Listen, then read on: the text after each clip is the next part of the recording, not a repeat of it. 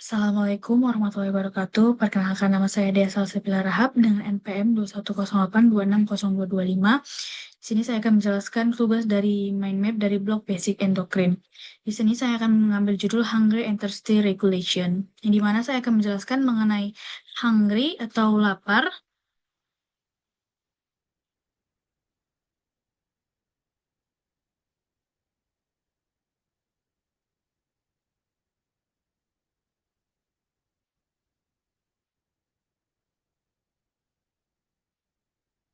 Jadi yang pertama itu ada hungry feeding atau regulation, di mana dia bertujuan menjaga asupan energi cukup untuk kebutuhan tubuh dengan mengatur rasa lapar dan kenyang. Di mana di sini terbagi ada dua sistem, yaitu ada sistem neural, pusat utama di hipotalamus, yaitu pada lateral hipotalamus untuk pusat lapar, ventromedial hipotalamus untuk pusat kenyang, serta arcuate nucleus, integrasi sinyal hormonal dan neural. Yang kedua ada sinyal perifer, di mana nanti informasi dari organ tubuh ke hipotalamus melalui darah dan nervus vagus. Yang pertama adalah sinyal oreksigenik, itu merangsang lapar, di mana nanti ada hormon ghrelin pada saat yang ada di lambung saat kosong jadi meningkat sebelum makan, tapi setelah makan dia akan menurun. Yang kedua ada sinyal anoreksigenik, itu merangsang kenyang, di mana ada nantinya ada leptin, insulin, peptide, koleksistokin, ada glukagon, like peptin atau GLP-1, ada oksitomodulin. Selanjutnya itu ada mekanisme kerjanya. Saat lapar, grelin itu akan meningkat, serta terjadinya aktivasi NPI atau AGRP neuron di ARC dan LH. Selanjutnya menstimulasi nafsu makan, sehingga menyebabkan asupan makan meningkat.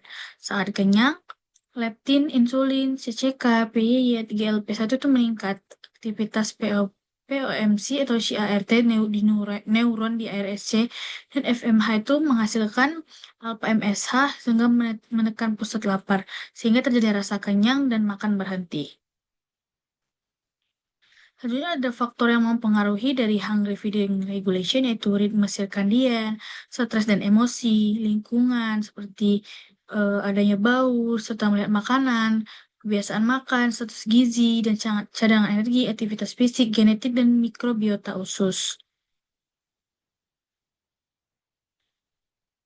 Yang kedua ada thirsty atau water regulation, itu menjaga keseimbangan cairan osmolalitas plasma dan volume darah agar stabil. Di mana ada detektor utama itu osmoreseptor terletak di organum vasculosum lamina terminalis OFLT, subfornical organ dan median preptopic nucleus, serta mendeteksi perubahan osmolalitas plasma.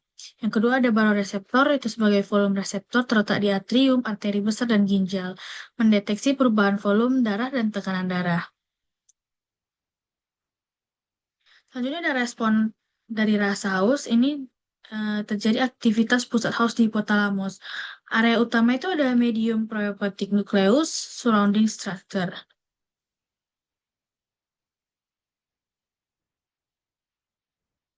Sehingga menyebabkan perilaku mencari dan minum air. Yang selanjutnya ada hormon utama pada regulator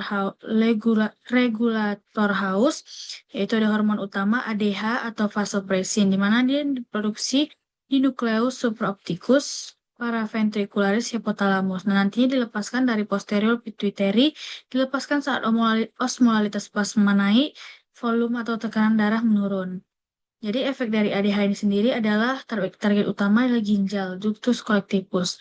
ADH sendiri berikatan dengan reseptor V2, meningkatkan ekspresi aquaporin, reabsorpsi air, urin lebih pekat, volume urin menurun, osmolitas plasma dan volume darah kembali normal. Jadi ada mekanisme regulasi.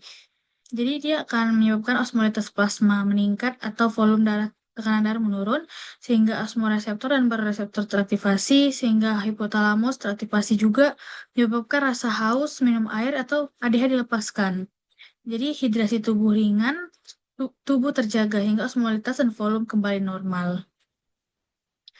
Dari haus dan lapar tadi ada integrasi dari haus dan lapar yang mana hipotalamus mengintegrasikan sinyal energi dan cairan untuk mempertahankan homeostasis tubuh. Kekurangan energi atau cairan akan mengaktifasi pusat terkait, sistem bekerja dengan mekanisme dan mendapatkan negatif feedback.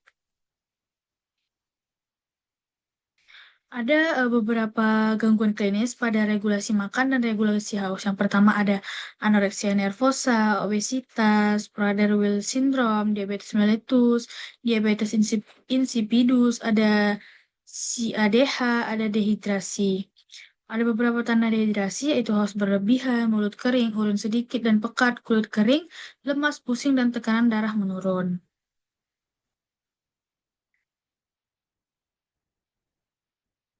Jadi, regulasi haus dan regulasi makan ini keduanya bekerja melalui hypothalamic control dan negative feedback untuk mempertahankan homeostasi tubuh. Baik, mungkin sekian dari presentasi saya mengenai Hungry and Thirsty Regulation. Jika ada salah kata, mohon maaf. Ini adalah referensi yang saya gunakan dalam membangun dan menjelaskan mind map ini. Saya akhiri, wassalamualaikum warahmatullahi wabarakatuh.